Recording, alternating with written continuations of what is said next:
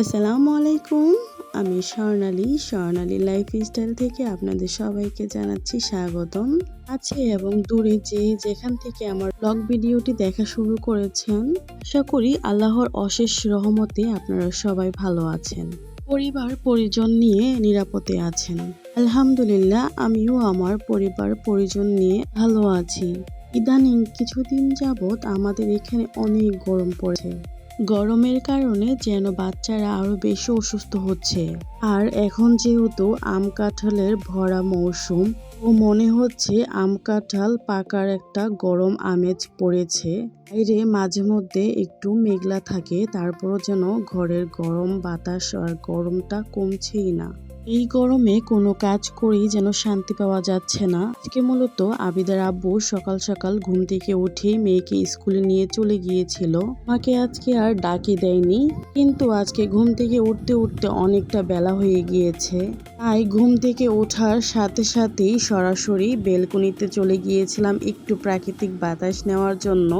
আর বাইরে যেহেতু গরম, তাই আর ভালো লাগতেছিল না, তাই চলে আসলাম। ঘুম থেকে উঠেই সরাসরি চলে গিয়েছিলাম রান্নাঘরে। তো দেখলাম টেবিলের উপরে পানির জগটা খালি ছিল। আর সব সময় আমি রাতে ঘুমানোর আগে পানির জগ সবই রাখি, কিন্তু জানি না কালকে রাতে মিস হয়ে গিয়েছে।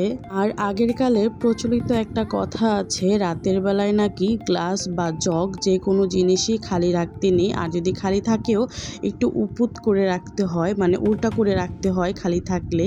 আমি সকাল সকাল ঘুম থেকে উঠে আগে পানির জগটা পুড়িয়ে নিই, তারপর কিন্তু আমি ডাইনিং টেবিলে রেখে দিয়েছিলাম। আর অন্যদিকে যেহেতু আমিও আজকে দেরি করে উঠেছি ঘুম থেকে, আমার মেয়েও আজকে আমার সাথে সাথে দেরি করেই ঘুম থেকে উঠেছিল। সকাল সকাল তো ঘুম থেকে উঠতে পারিনি, বেলা হয়ে গিয়েছিল যেহেতু। তো আমরা কিন্তু নাস্তাটা অফ ক্যামেরাই করে নিয়েছিলাম। আর ছোট মেয়ের জন্য নাস্তা বানিয়ে নিয়েছিলাম। ও যেহেতু সকাল সকাল সবসময় সেরেলাক্স খায়, ওর জন্য আমি সেরেলাক্স করে নিয়েছিলাম।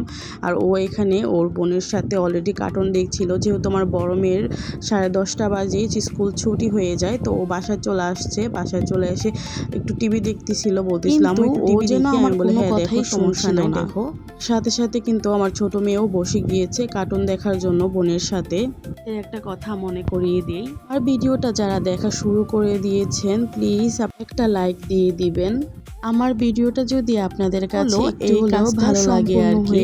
আর আপনারা যারা প্রথম আজকে আমার ভিডিওটা দেখছেন, তারা অবশ্যই আমার ইউটিউব চ্যানেলটা সাবস্ক্রাইব করতে ভুলবেন না। আমার এই ছোট্ট চ্যানেলটি সাবস্ক্রাইব করে কিন্তু আপনারা পাশে থাকতে পারেন। আমার মেয়েকে কিন্তু সকাল সকালে আমি নাস্তা করাতে না পারলেও নাস্তা করিয়ে নিয়েছি অফ ক্যামেরায়। তারপর কিন্তু 11টা+ বাজে এখন। তো আমি এখন আমার ছোট মেয়েটাকে একটা আম দিয়ে দিয়েছি। আমি কিন্তু আম খেতে অনেক পছন্দ করি। এই গরমের সিজনে আম কাঁঠালের ভিতর যদি আমাকে একটা চুজ করতে বলে, আমি কিন্তু আমটাকেই চুজ করব। আম খেতে আমার অনেক ভালো লাগে।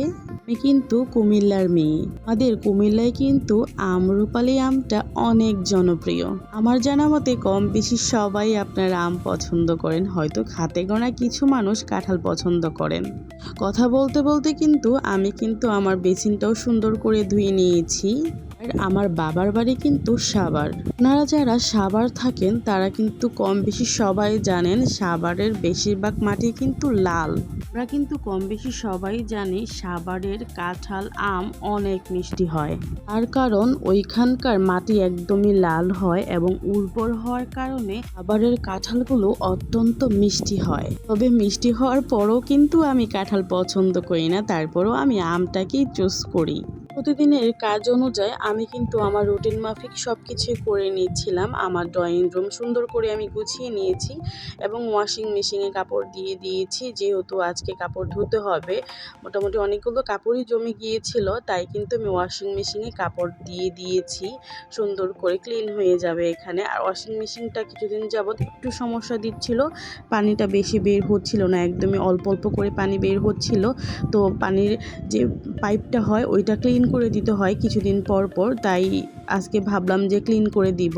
না করার কারণে কিন্তু পানি অল্প করে আসে আর এমনি অটোমেটিকলি বন্ধ হয়ে যায়, তাই কিন্তু ক্লিন করে নিতে হয় কিছুদিন পর পরই। আর আমাদের এখানকার পানিতে বেশি আয়রন থাকার কারণে কিছুদিন পর পরই আমাদের ক্লিন করে নিতে হয়। তো তো ওয়াশিং মেশিনে কাপড় দেওয়ার পরপরই আমি চলে গিয়েছিলাম আমার মেয়ের বেডরুমে। তো আমার মেয়ের বেডরুমে মোটামুটি আমার মেয়ে বেশি থাকে না এইখানে, শুধু ও যখন পড়তে বসে তখনই এই রুমে আসে, আর মাঝে মধ্যে ও এইখানে বিকালে ঘুমায়। তো বেশি গরম পড়লে আমি আবার এই রুমে ঘুমাতে দিই না আর কি, বেশি গরম পড়লে আমাদের রুমেই নিয়ে যাই, আমাদের রুমেই ওরা ঘুমায় আর কি।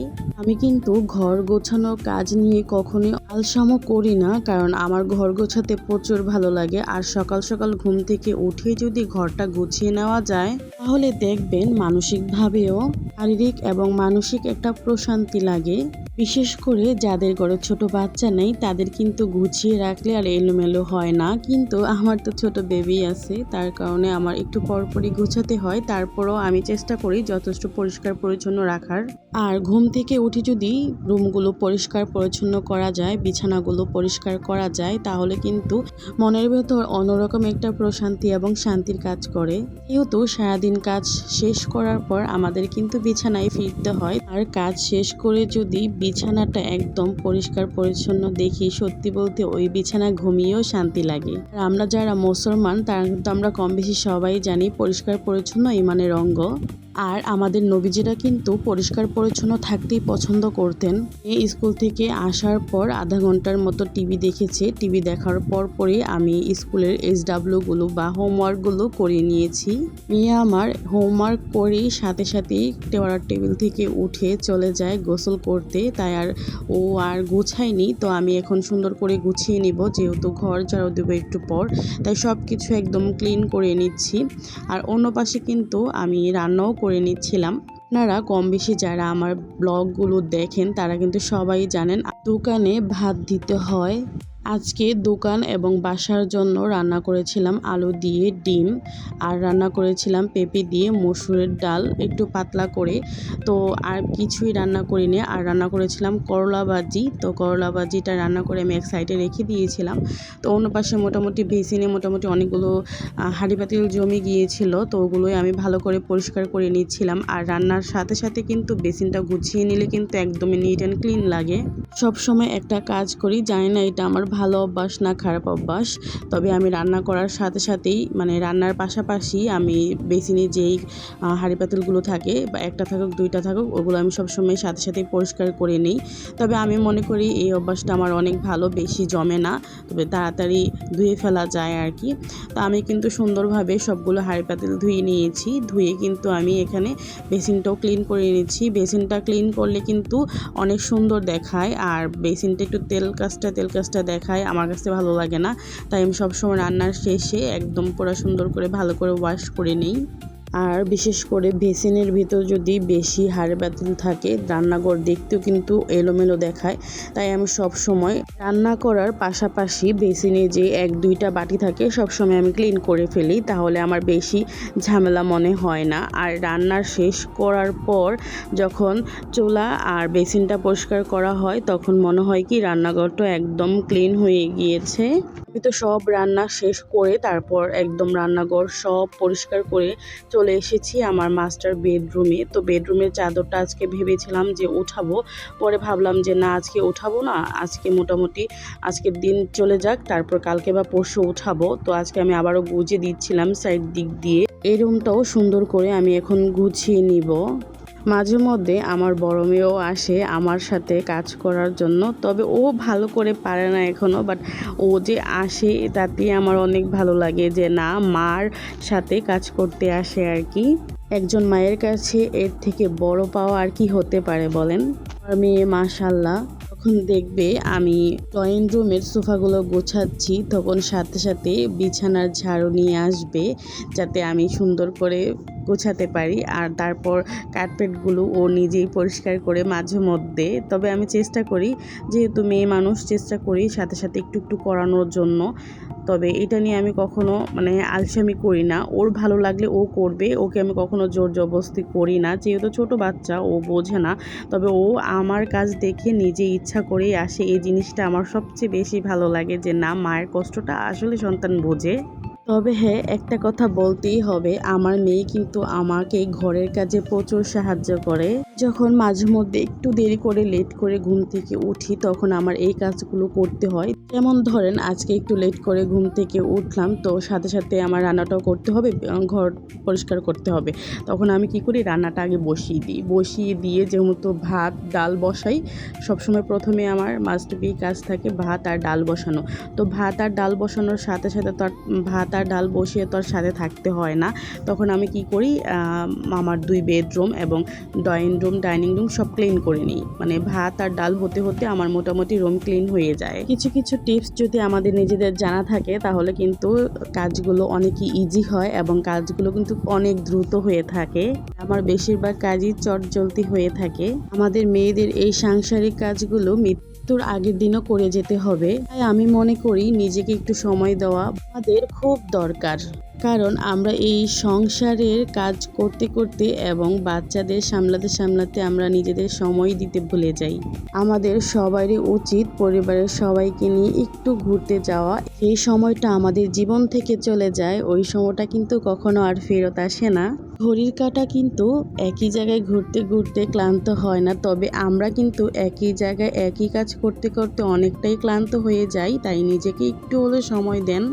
ফ্যামিলি নিয়ে একটু বাইরে বের হন, হাজব্যান্ডকে নিয়ে একটু টাইম স্পেন্ড করেন, হাজব্যান্ডকে কিছুটা সময় দেন বা ওয়াইফকে কিছুটা সময় দেন, তাহলে দেখবেন জীবনটা আরও সুন্দর হবে। আর নিজেদের দাম্পত্য জীবন সুখী করতে হলে হাজব্যান্ড ওয়াইফ দুজনকে দুজনের সময় দিতে হবে। এভাবে কিন্তু দুজনের প্রতি সম্মান, ভালোবাসা এবং শ্রদ্ধা দুটিই বাড়ে। দাম্পত্য জীবনকে সুখী করতে হলে যদি মাসে একবার হলেও কোথায় ঘুরতে যাই, মাসে 2বার হলেও কোথাও ঘুরতে যাই, তাহলে কিন্তু আমাদের মনের যে ক্লান্তি ভাব এগুলো আর থাকে না। আর একজন দায়িত্ববান হাজবেন্ডের সাপোর্টিং ছাড়া কিন্তু জীবন সুন্দর হয় না। তাই আমার ভিডিওর উদ্দেশ্যে আমি বলবো ভাইয়াদের আপুদের একটু সময় দিন, আর আপুদেরও বলবো ভাইয়াদের একটু আপনারা যত্ন নিন এবং সময় দিন। একজন হাজব্যান্ড যদি তার ওয়াইফকে না বোঝে আর একজন ওয়াইফ যদি তার হাজব্যান্ডকেই না বোঝে, তাহলে এই সংসার দীর্ঘস্থায়ী হয় না। আর একটা ফ্যামিলিতে সুখ দুঃখ নিয়েই সংসার হয়। সংসার করতে হলে সুখ দুঃখ সবই আসবে। প্রতিকূল অবস্থা থেকে যেই এই মোকাবেলা করতে পারবে সেই প্রকৃত সুখ পাবে। আজকে অনেক বড় বড় কথাই বলে ফেলেছি নিজের অজান্তে। আমার কোনো কথাই যদি আপনাদের কাছে খারাপ লাগে তাহলে ক্ষমা স্বরূপ দেখবেন। আজকে আর বেশি কথা বলবো না। তো সবাই ভালো থাকবেন, সুস্থ থাকবেন আর নিজের যত্ন নেবেন। আর আমার জন্য সবাই একটু দোয়া করবেন। আর আপনাদের সবার জন্য আমার অন্তরের অন্তঃস্থল থেকে অনেক অনেক দোয়া ও ভালোবাসা। আল্লাহ হাফেজ, আসসালামু আলাইকুম।